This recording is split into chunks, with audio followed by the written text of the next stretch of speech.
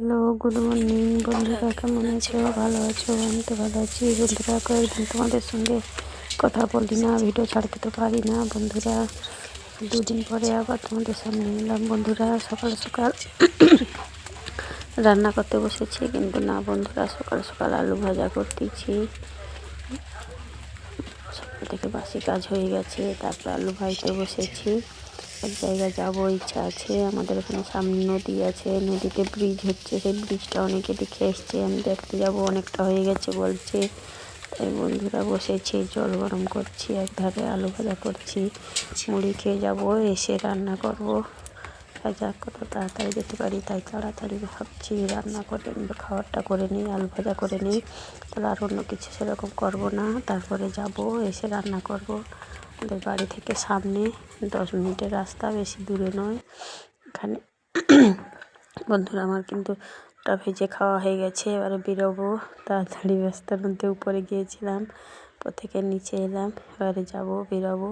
খাওয়া টাওয়া হয়ে গেছে বন্ধুরা। নদীর উপরে ব্রিজটা কিন্তু বিরাট, ব্রিজটা আর একটুখানি বাকি আছে। সেই ব্রিজের উপর দিয়ে আমাদের রাস্তা, গাড়ি, সব বাস সব কিছু চলবে, সেরকম ব্রিজ হচ্ছে। পাশে বাঁশের সাঁকো আছে, সেই সাঁকোটা এখন চলা যাচ্ছে, কিন্তু আর কিছুদিন পরে এটা কিন্তু বাদ হয়ে যাবে বন্ধুরা। দেখো অলরেডি এসে গেছি, দেখো বন্ধুরা, ওই পাশে ওই বাঁশের পোলটি পাশে বৃষ্টি হয়েছে, এই বৃষ্টি দেখতে এসেছি বন্ধুরা। দেখো মেয়েরা অনেক দিন বলেছে, দেখো ওই ফাঁকা দিয়ে দেখছে, দেখো বন্ধুরা, পাশে বাঁশের পোলটি আছে, আর এধার ব্রিজটা হচ্ছে। দেখো বন্ধুরা, এখানে এসেছি আমি।